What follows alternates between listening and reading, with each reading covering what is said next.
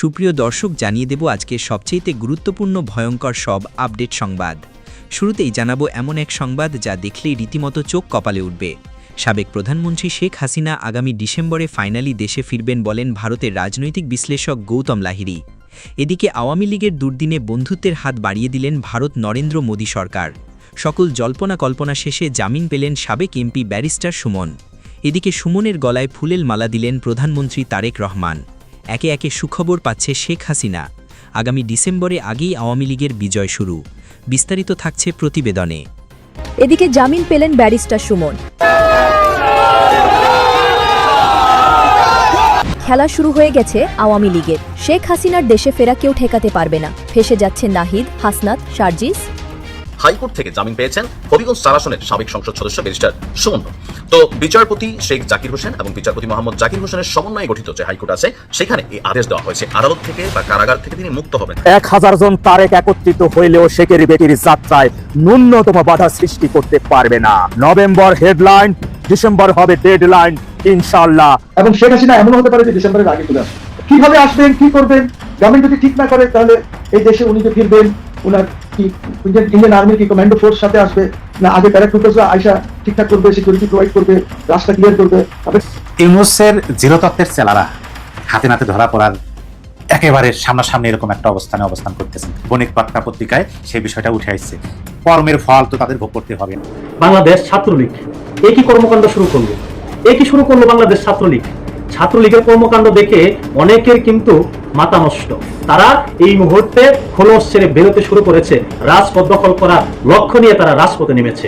শেখ হাসিনার পরিকল্পনা বাস্তবায়ন হতে শুরু করেছে। এদিকে দীর্ঘ 2 বছর পর সমস্ত মামলা থেকে জামিন পেলেন ব্যারিস্টার সুমন। একে একে জেল থেকে মুক্তি পাচ্ছে আওয়ামী লীগ নেতারা। ডিসেম্বরের আগেই ভয়ানক কিছু ঘটতে যাচ্ছে সারা দেশে। জামিন পেয়েই লাইভে এসে তারেক রহমানকে ধন্যবাদ জানিয়েছেন ব্যারিস্টার সুমন।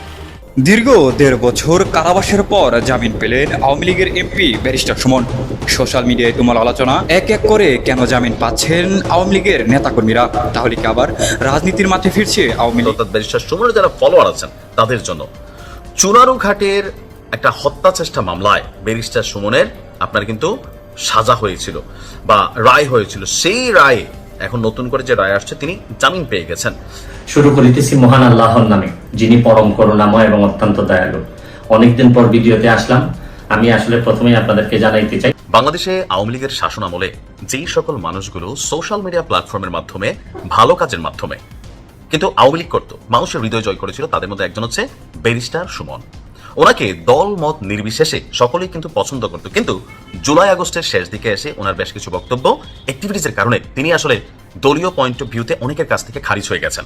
কিন্তু তার কিন্তু আমার মনে হয় আওয়ামী লীগের আমলে যে যতগুলো এমপি সারা বাংলাদেশে ছিল এর মধ্যে ব্যারিস্টার সুমন তিনি দলমত নির্বিশেষে সকলের কাছে গ্রহণযোগ্যতা ছিল। কারণ তিনি যখন কোথাও যাইতেন সেখানে আওয়ামী লীগের অনুসারী আসতো না, সবাই আসতো যে ব্যারিস্টার সুমনরা এক নজর দেখার জন্য। তো জুলাই আগস্টের পর ব্যারিস্টার সুমন কিন্তু দেশ ছেড়ে পালাননি, তিনি গ্রেপ্তার হয়েছিলেন। তো গ্রেপ্তারের মধ্যে তার বেশ কিছু মামলা আছে। সবচেয়ে গুরুত্বপূর্ণ যে মামলাটা, এটা নিয়ে একটা সুসংবাদ, অর্থাৎ ব্যারিস্টার সুমনের যারা ফলোয়ার আছেন তাদের জন্য চুনারুঘাটের একটা হত্যা চেষ্টা মামলায় ব্যারিস্টার সুমনের আপনার কিন্তু সাজা হয়েছিল বা রায় হয়েছিল। সেই রায়ে এখন নতুন করে যে রায় আসছে তিনি জামিন পেয়ে গেছেন। হবিগঞ্জের চুনারুঘাট থানার একটি হত্যা চেষ্টা মামলার হাইকোর্ট থেকে জামিন পেয়েছেন হবিগঞ্জ ৪ আসনের সাবেক সংসদ সদস্য ব্যারিস্টার সুমন। তো বিচারপতি শেখ জাকির হোসেন এবং বিচারপতি মোহাম্মদ জাকির হোসেনের সমন্বয়ে গঠিত যে হাইকোর্ট আছে সেখানে এই আদেশ দেওয়া হয়েছে। আদালতে ব্যারিস্টার সুমনের পক্ষে শুনানি করেছেন ব্যারিস্টার পূর্ণিমা জাহান। তো মামলাটা কি ছিল? 2024 সালের 16 জুলাই বৈষম্য বিরোধী ছাত্র আন্দোলন চলাকালে হবিগঞ্জের শায়েস্তাগঞ্জ নতুন ব্রিজ গোলচত্বর এলাকায় ঢাকা সিলেট মহাসড়কে ছাত্র এবং সাধারণ মানুষ জড়ো হয়ে বিক্ষোভ করছিল। অভিযোগ ছিল 4টার দিকে সে শিক্ষার্থী এবং সাধারণ মানুষের উপর হামলা চালানো হয়, গুলিবর্ষণ করে হত্যার চেষ্টা করা হয়। এই ঘটনার প্রেক্ষাপটে 2024 সালের সেপ্টেম্বর মাসে হবিগঞ্জের চুনারুঘাট থানায় সাবেক সংসদ সদস্য সুমন সহ 97 জনের নাম উল্লেখ করে অজ্ঞাতনামা আরো 150 থেকে 200 জনকে আসামি করে একটা মামলা দায়ের করা হয়েছিল, হত্যা চেষ্টা মামলা। মোহাম্মদ মুস্তাফিজুর রহমান নামের একজন ব্যক্তি। তো আপনার যেহেতু এই মামলাটা হয়েছে, তো এটা নিয়ে দীর্ঘ ইনভেস্টিগেশন ছিল। 2024 সালের 21 অক্টোবর ব্যারিস্টার সুমন তিনি আপনার গ্রেপ্তার হয়েছিলেন। মামলাটা হয়েছে 2024 সালের সেপ্টেম্বর মাসে। তো সরকার পতন হয়ে গেল কবে? আগস্টে। আগস্টের পরে যে সেপ্টেম্বরের মামলাটা, এইটাই আসলে একটা ডিস্টারবেন্স ছিল যে মামলায় ব্যারিস্টার সুমনকে আসামি করা হয়েছিল। আর এখান থেকে আপনার তিনি কিন্তু আসলে জামিন পেয়ে গেলেন। তবে একটা মামলাতে তিনি জামিন পেয়েছেন সবগুলোতে না, তার বিরুদ্ধে আরো মামলা আছে, সবগুলো শেষ করার পরে আদালত থেকে বা কারাগার থেকে তিনি মুক্ত হবেন। জামিন আর মুক্ত হওয়া দুইটা কিন্তু আলাদা জিনিস। এছাড়াও তার বিরুদ্ধে রাজধানীর খিলগাঁও এবং আদাবর থানায় পৃথক দুটি হত্যা মামলা যেটা আছে সেটা নিয়েও আদালতে শুনানি চলছে। আরো বেশ কয়েকটি মামলা চলমান আছে, আর এই মামলাগুলো চলমান থাকার পরও তিনি এখনই কারাগার থেকে মুক্তি পাচ্ছেন না। অর্থাৎ ব্যারিস্টার সুমনের জামিন হয়েছে, কিন্তু কারাগার থেকে তিনি বাহিরের আলো বাতাস দেখার জন্য আরো যতগুলো মামলা আছে সবগুলোতে তাকে জামিন পাইতে হবে। তবে আমার কাছে মনে হয় যে ধরেন তিনি হয়তো শেষমেশ জামিন পেয়ে যাবেন, তবে তিনি যেহেতু একজন ইনফ্লুয়েন্সার, তার ইনফ্লুয়েন্সারের ক্ষেত্রে অনেক ক্ষেত্রেই হয়তো রাষ্ট্র টেকনিক্যালি অথবা ক্ষমতাসীন সরকার যারা আছেন তারা আসলে কিভাবে নেবেন। আবার বাংলাদেশে তো একটা প্রেক্ষাপট থাকি, ধরেন যেই সরকার ক্ষমতায় থাকে সেই সরকারের ইশারাতে অনেক কিছু এই দেশে পজিটিভ নেগেটিভ আসলে ঘটে, অতীত ইতিহাস সাক্ষী। তবে আওয়ামী লীগের অনেক মানুষকে নিয়ে সমালোচনা করা যায় ব্যারিস্টার সুমনকে নিয়ে তার শেষ অ্যাক্টিভিটিসের জন্য, তবে জামাতের যারা আছেন তারা কিন্তু ব্যারিস্টার সুমনকে হজম করতে পারেন না। কেন? কারণ হচ্ছে যে মাওলানা দেলোয়ার হোসেন সাইদি সহ ওই যে যুদ্ধাপরাধীদের যে বিচারগুলো হয়েছিল সেখানে তার একটা ভিডিও ভাইরাল হয়েছিল লন্ডনে, এটার পর থেকে তিনি কিন্তু অনেকের কাছে পড়ে গেছেন। তারপরেও দেখেন মানুষ তো ফেরেশতা না, তো এর বাইরে সবকিছুর বাইরে গিয়ে ব্যারিস্টার সুমন তার আপন কিছু কর্মের কারণে মানুষের কাছে যেমন ভালোবাসা পাইছিলেন, আবার কিছু কর্মের কারণে পলিটিক্যালি তিনি কিন্তু আজকে এই জিনিসগুলোর শিকার হচ্ছেন। তো দেখা যাক ব্যারিস্টার সুমনের কারাগার থেকে মুক্তির জন্য যে দীর্ঘ প্রচেষ্টা সেটা কবে নাগাদ শেষ হয়। আমার তো মনে হয় শেখ হাসিনা হয়তো সেটাই চাইছেন যে ট্রাভেল ডকুমেন্ট ভারত দেবে, তারেক রহমান আপনি বলবেন আমি তো যেতেই চেয়েছিলাম, আমি বেনাপোল সীমান্ত গিয়ে বসে আছি, আমাকে তো ঢুকতে দিচ্ছে না, আমি তো যাওয়ার জন্যই রাজি। এখন এটা একটা মানে নাটকীয় ব্যাপার ঘটতে পারে বলেও মনে হয়। আমি তো আগে অন্য জায়গাতেও বলেছি, যেমন কি তার কাছে সম্প্রতি তিনি যে বৈঠক করেছেন সেখানে প্রস্তাবও উঠেছিল যে এই ধরনের ঘটনা যদি ঘটে সেক্ষেত্রে আন্তর্জাতিক সংবাদ মাধ্যমকেও গণমাধ্যমকেও সঙ্গে নেওয়া উচিত। কোন কোন নেতা যাবেন সেই, যেমন আমি শুনেছি সাবেক স্বরাষ্ট্রমন্ত্রী তার একটা তালিকাও তৈরি করে, তিনিও এসেছিলেন কয়েকদিন আগে, দেখা করে গেছেন, তিনিও একটা তালিকাও তৈরি করছেন কারা যেতে আগ্রহী, কারা যাবেন, কিভাবে যাবেন, জীবনের সংশয় নিয়ে যাবেন।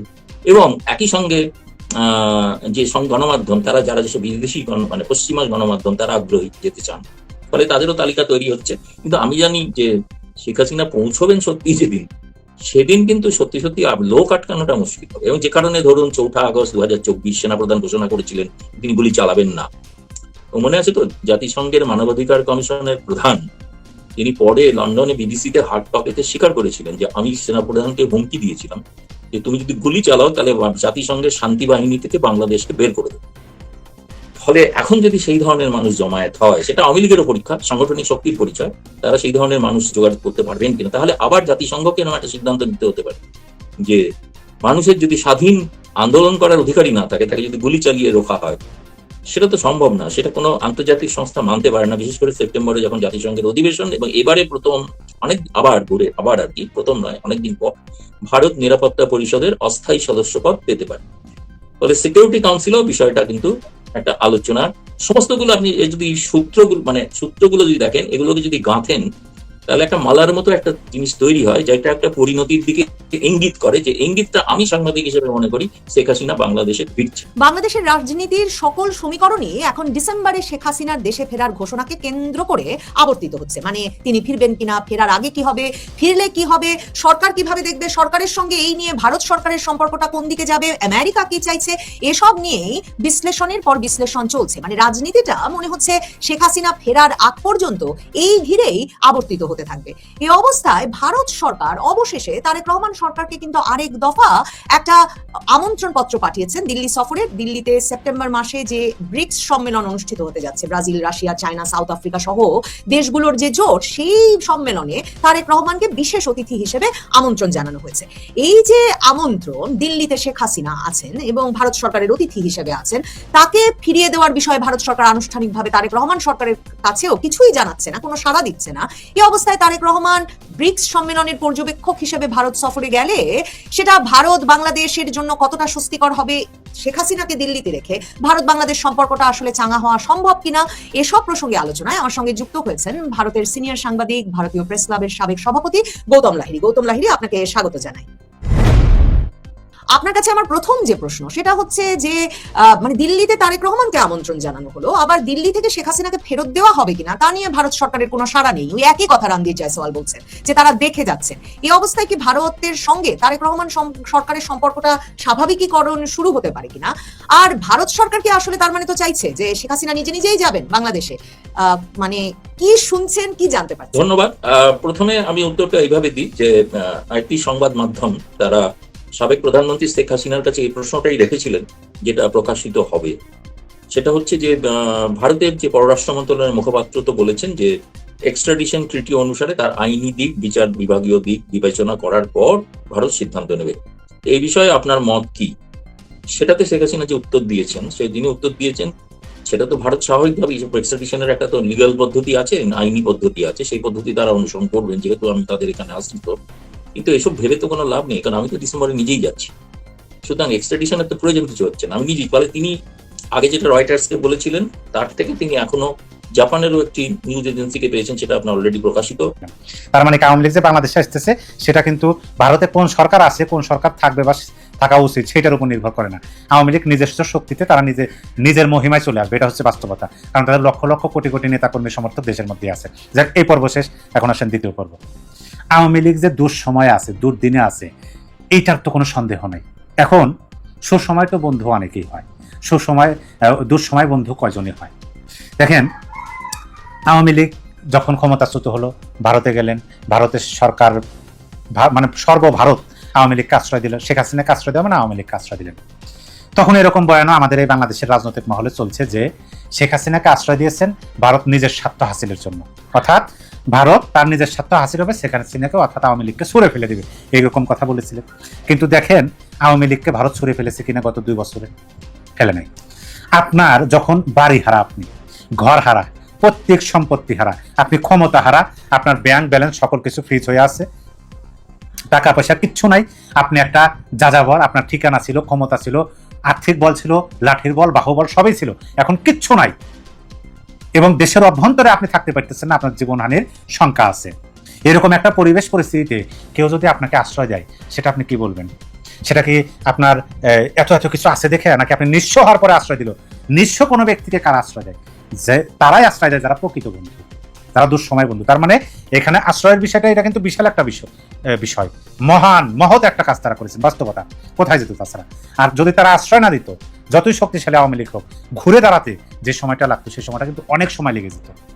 এবং আরেকটা বিষয় দেখেন, তারা শুধু সেখানে তাদেরকে আশ্রয় দিয়ে তালাবদ্ধ করে কিন্তু রাখে নাই, উন্মুক্ত করে দিচ্ছে। সেখানে আওয়ামী লীগের নেতাকর্মীরা তারা হল ভাড়া করতেছেন, মিটিং করতেছেন, এবং তার নেত্রী অর্থাৎ আওয়ামী সভানেত্রী, আওয়ামী লীগের বিভিন্ন তৃণমূল পর্যায়ের নেতাদের সাথে যোগাযোগ করার এই ব্যবস্থাগুলো কারা করে দিচ্ছেন? ভারত যদি না চাইতো করতে পারতো না। আন্তর্জাতিক মহলেও ভারত কিন্তু প্রচেষ্টা করতেছে, কিন্তু কেন? ভারতেরও কিন্তু এখানে আছে, ভারতেরও কিন্তু এখানে স্বার্থ আছে। স্বার্থটা কি? পার্শ্ববর্তী রাষ্ট্র কি বাংলাদেশ, তাদের। এখন এই পার্শ্ববর্তী রাষ্ট্র অর্থাৎ আপনার প্রতিবেশী তারা যদি উচ্ছৃঙ্খল হয়, উগ্রবাদী হয়, আপনি কিন্তু শান্তিতে থাকতে পারবেন না। এখন সেইখানে যেমন আপনি যদি দেশ হিসেবে ধরেন, তারা এই বাংলাদেশটাকে একটা স্থিতিশীল পর্যায়ে দেখতে চান, এবং এই বাংলাদেশটা তাদের জন্য যেন হুমকি স্বরূপ না হয় সেটা হিসেবে তারা দেখতে চান। আর সেইটার জন্য এখানে একটা ইনক্লুসিভ সোসাইটি প্রয়োজন। আর ইনক্লুসিভ সোসাইটি আওয়ামী লীগ ছাড়া তো সম্ভব না। তার মানে তারা আওয়ামী লীগের সক্রিয়তা চায়। এটা তো বাংলাদেশ সরকারের কাছে তারা বারবার জানিয়েছে, আন্তর্জাতিক মহলে কি তাদের এটা কাজ চলমান আছে না? আছে। আরো অনেক কথা, সেই অনেক কথাগুলো আমি বলতে চাই না, ভিডিওটা সংক্ষিপ্ত করতে চাই। শুধু এই বিষয়গুলো আপনি বিবেচনা করেন যে দুঃসময়ে বন্ধু সেই প্রকৃত বন্ধু। এদিকে লাইসেন্স ফিরে পেল আদ্দিন হাসপাতাল। রাজধানীর মগবাজারে অবস্থিত আদ্দিন হাসপাতালের লাইসেন্স বাতিলের আদেশ প্রত্যাহার করেছে সরকার। তদন্ত কমিটির প্রতিবেদন সন্তোষজনক বিবেচনা করে শর্ত সাপেক্ষে হাসপাতালটিতে পুনরায় কার্যক্রম পরিচালনা অনুমতি দেওয়া হয়। এদিকে আজ সোমবার স্বাস্থ্য ও পরিবার কল্যাণ মন্ত্রণালয় স্বাস্থ্য সেবা বিভাগের জারি করা এক আদেশে এ তথ্য জানানো হয়েছে। আদেশে বলা হয়, হাসপাতালটিতে 6 নবজাতকের মৃত্যুর ঘটনায় হাসপাতাল কর্তৃপক্ষে দাখিল করা আপিল এবং এর বিস্তারিত বিবরণ পর্যালোচনা করে গঠিত তদন্ত কমিটিকে সরজমিনে পরিদর্শনের নির্দেশ দেওয়া হয়েছিল। তদন্ত শেষে কমিটির দাখিল করা প্রতিবেদন সন্তোষজনক হওয়া লাইসেন্স বাতিল সিদ্ধান্ত প্রত্যাহার করা হয়েছে। তবে হাসপাতালটির কার্যক্রম পরিচালনার ক্ষেত্রে কয়েকটি শর্ত আরোপ করা হয়েছে। এর মধ্যে রয়েছে the medical practice and private clinic and laboratories regulation ordinance 1982 এর বিধান যথাযথভাবে অনুসরণ করা, লাইসেন্সের শর্ত অনুযায়ী দ্রুত প্রয়োজনীয় ডিউটি চিকিৎসা ও নার্স নিয়োগ সম্পন্ন করা, এবং ভবিষ্যতে লাইসেন্সের শর্ত ভঙ্গ ভঙ্গ হলে সরকার আইন অনুযায়ী প্রয়োজনীয় ব্যবস্থা নিতে পারবে। স্বাস্থ্যসেবা বিভাগের সচিব মোহাম্মদ কামরুজ্জামান চৌধুরী স্বাক্ষর করা আদেশে হাসপাতালের নির্বাহী পরিচালক বিষয়টি জানানো হয়েছে। একই সঙ্গে সংশ্লিষ্ট বিভিন্ন দপ্তর কর্মকর্তার কাছেও আদেশের অনুলিপি পাঠানো হয়েছে। এর আগে হাসপাতালটিতে 6 নবজাতকের মৃত্যুর ঘটনা কেন্দ্র করে ব্যাপক আলোচনার সৃষ্টি হয়। ওই দিন পর হাসপাতালের লাইসেন্স বাতিল করা হয়েছিল। পরে হাসপাতাল কর্তৃপক্ষ আপিল করলেও তদন্ত কমিটির প্রতিবেদনের ভিত্তিতে সরকার পুনরায় কার্যক্রম পরিচালনা অনুমতি দেয়।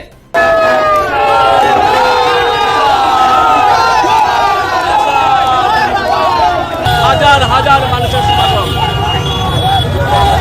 এই মাত্র রওনা দিয়েছে। বাংলাদেশে আওয়ামী লীগের শাসন আমলে যেই সকল মানুষগুলো সোশ্যাল মিডিয়া প্ল্যাটফর্মের মাধ্যমে ভালো কাজের মাধ্যমে কিন্তু আওয়ামী লীগ করতো, মানুষের হৃদয় জয় করেছিল, তাদের মধ্যে একজন হচ্ছে ব্যারিস্টার সুমন।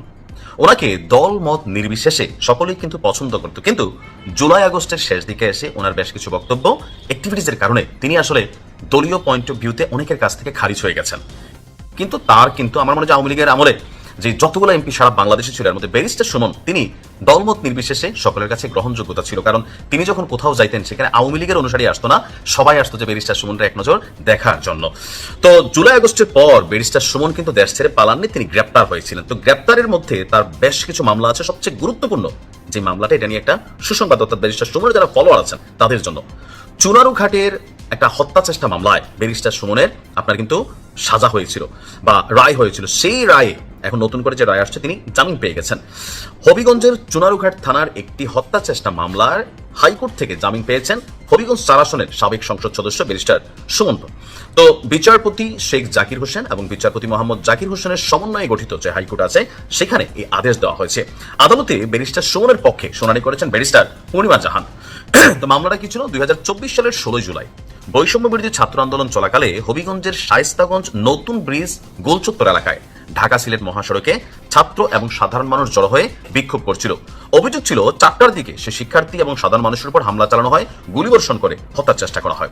এই ঘটনার প্রেক্ষাপটে 2024 সালের সেপ্টেম্বর মাসে হবিগঞ্জের চুনারুঘাট থানায় সাবেক সংসদ সদস্য সুমন সহ 97 জনের নাম উল্লেখ করে অজ্ঞাতনামা আরো 150 থেকে 200 জনকে আসামি করে একটা মামলা দায়ের করা হয়েছিল, হত্যা চেষ্টা মামলা। মোহাম্মদ মুস্তাফিজুর রহমান নামের একজন ব্যক্তি। তো আপনার যেহেতু এই মামলাটা হয়েছে, তো এটা নিয়ে দীর্ঘ ইনভেস্টিগেশন ছিল। 2024 সালের 21 অক্টোবর ব্যারিস্টার সুমন তিনি আপনার গ্রেপ্তার হয়েছিলেন। মামলাটা হয়েছে 2024 সালের সেপ্টেম্বর মাসে। তো সরকার পতন হয়ে গেল কবে? আগস্টে। আগস্টের পরে যে সেপ্টেম্বরের মামলাটা, এইটাই আসলে একটা ডিস্টারবেন্স ছিল, যে মামলায় ব্যারিস্টার সুমনকে আসামি করা হয়েছিল। আর এখান থেকেই আপনার তিনি কিন্তু আসলে জামিন পেয়ে গেলেন। তবে একটা মামলাতে তিনি জামিন পেয়েছেন, সবগুলোতে না। তার বিরুদ্ধে আরো মামলা আছে, সবগুলো শেষ করার পরে আদালত থেকে বা কারাগার থেকে তিনি মুক্ত হবেন। জামিন আর মুক্ত হওয়া দুইটা কিন্তু আলাদা জিনিস। এছাড়াও তার বিরুদ্ধে রাজধানীর খিলগাঁও এবং আদাবর থানায় পৃথক 2টি হত্যা মামলা যেটা আছে সেটা নিয়েও আদালতের শুনানি চলছে। আরো বেশ কয়েকটি মামলা চলমান আছে। আর এই মামলাগুলো চলমান থাকার পরও তিনি এখনই কারাগার থেকে মুক্তি পাচ্ছেন না। অর্থাৎ ব্যারিস্টার সুমনের জামিন হয়েছে, কিন্তু কারাগার থেকে তিনি বাহিরের আলো বাতাস দেখার জন্য আরো যতগুলো মামলা আছে সবগুলোতে তাকে জামিন পাইতে হবে। তবে আমার কাছে মনে হয় যে ধরেন তিনি হয়তো শেষমেশ জামিন পেয়ে যাবেন।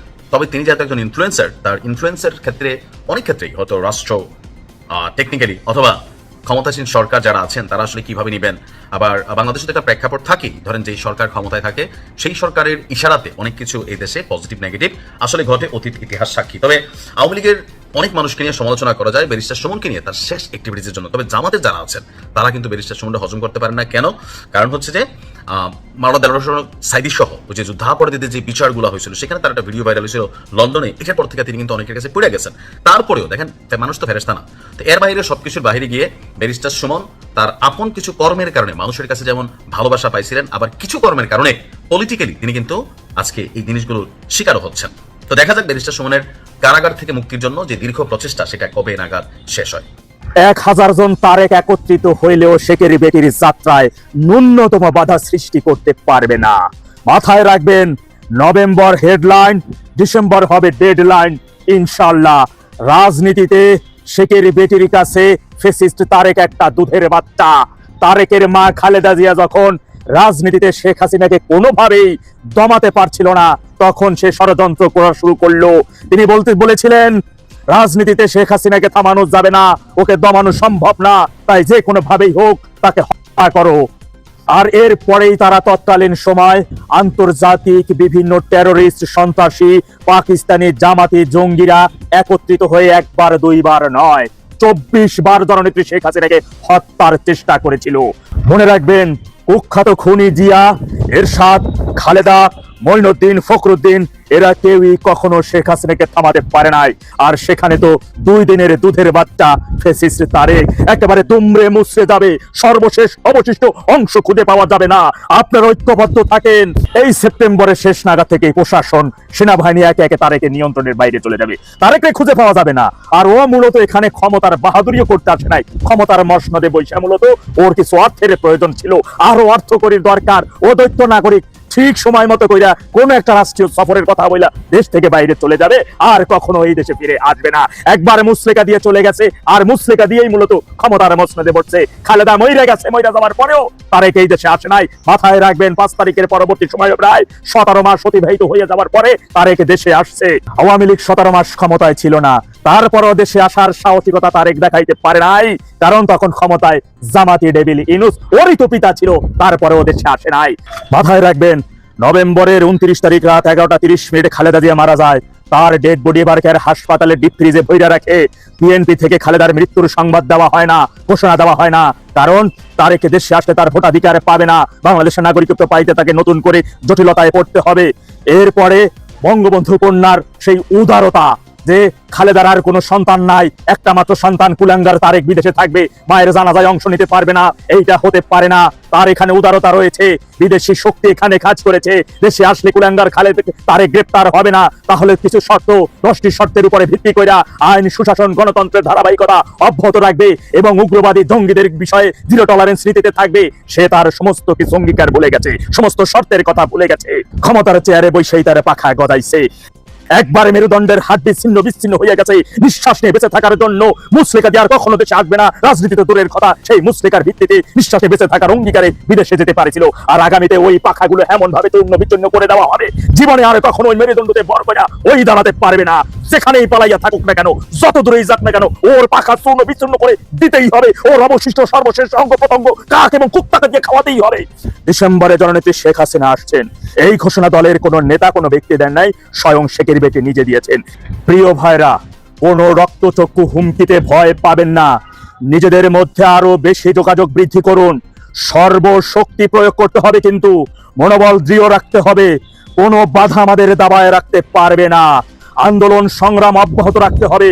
তারেকরে যদিও আমাদের বিশ্বাস ওকে খুঁজে পাওয়া যাবে না, ও আগে বাগেই থেকে যাবে, কিন্তু যে সকল মব সন্ত্রাসী, জুলাই জঙ্গি, স্বাধীনতা বিরোধী রাজাকারের বাচ্চা, এদেরকে আমাদের খুঁজে বের করতেই হবে, এদের নিশ্চিহ্ন করতেই হবে। স্বাধীনতা, সার্বভৌমত্ব পুনরুদ্ধারের লক্ষ্যে আমাদের সর্বশক্তি প্রয়োগ করতেই হবে। যেখানেই ফেসিস্ট তারেক পালাইয়া যাক না কেন, ডেভিল ইউনূস যদি 1000 গজ মাটির নিচে লুকিয়ে থাকে, সেখান থেকে টেনে হিস্ট্রি আমরা বের করব, গণ আদালতে ওদের বিচার নিশ্চিত করব ইনশাআল্লাহ। কেউ আমাদের দাবায় রাখতে পারবে না। শুধু একটা শেখের বেটির একটা ঘোষণা, স্বাধীনতার সার্বভৌমত্ব পুনরুদ্ধারের যুদ্ধের একটা ঘোষণা। মাথায় রাখবেন, নভেম্বর হবে হেডলাইন, ডিসেম্বর ডেডলাইন ইনশাআল্লাহ। বাংলাদেশ ছাত্রলীগ একই কর্মকাণ্ড শুরু করলো, একই শুরু করলো বাংলাদেশ ছাত্রলীগ। ছাত্রলীগের কর্মকাণ্ড দেখে অনেকের কিন্তু মাথা নষ্ট, অনেকে ভয় পাচ্ছেন, আবার অনেকেই উদ্বুদ্ধ হচ্ছেন। ছাত্রলীগ যেভাবে নিজেদেরকে জানান দেওয়া শুরু করেছে, তাতে করে বোঝা যাচ্ছে একটা কিছু ঘটতে যাচ্ছে। যে রাজনৈতিক সংগঠনটি বাংলাদেশে পরিপূর্ণ নিষিদ্ধ, সেই সংগঠনের নেতা কর্মীরা এই মুহূর্তে সকল রক্তচক্ষুকে উপেক্ষা করে রাজপথে নিজেদের জানান দিচ্ছে। ইতিমধ্যে হয়তো অনেকে সোশ্যাল মিডিয়াতে দেখেছেন, আজকে গাজীপুরে ছাত্রলীগের পক্ষ থেকে, জেলা ছাত্রলীগের পক্ষ থেকে একটি বিশাল মিছিল করা হয়েছে। তারা এই মুহূর্তে খোলস ছেড়ে বেরোতে শুরু করেছে, রাজপথ দখল করার লক্ষ্য নিয়ে তারা রাজপথে নেমেছে। ছাত্রলীগ একটা বড় রাজনৈতিক সংগঠন, সেই সংগঠনের নেতা কর্মীরা রাজপথে নেমেছে। অনেকের ঘুম হারাম, অনেকেই রাতে আর ঘুমাতে পারবে না এই ভিডিও দেখার পরে। বিশেষ করে গাজীপুরের ছাত্রলীগ, গাজীপুর জেলা ছাত্রলীগ যে মিছিল দেখিয়েছে, যেভাবে রাজপথে জয় বাংলা স্লোগান দিচ্ছে, তাতে করে বোঝাই যাচ্ছে ছাত্রলীগ কত বড় রাজনৈতিক সংগঠন। এতে করে যারা আওয়ামী লীগ বিদ্বেষী আছে, তারা কিন্তু চিন্তিত।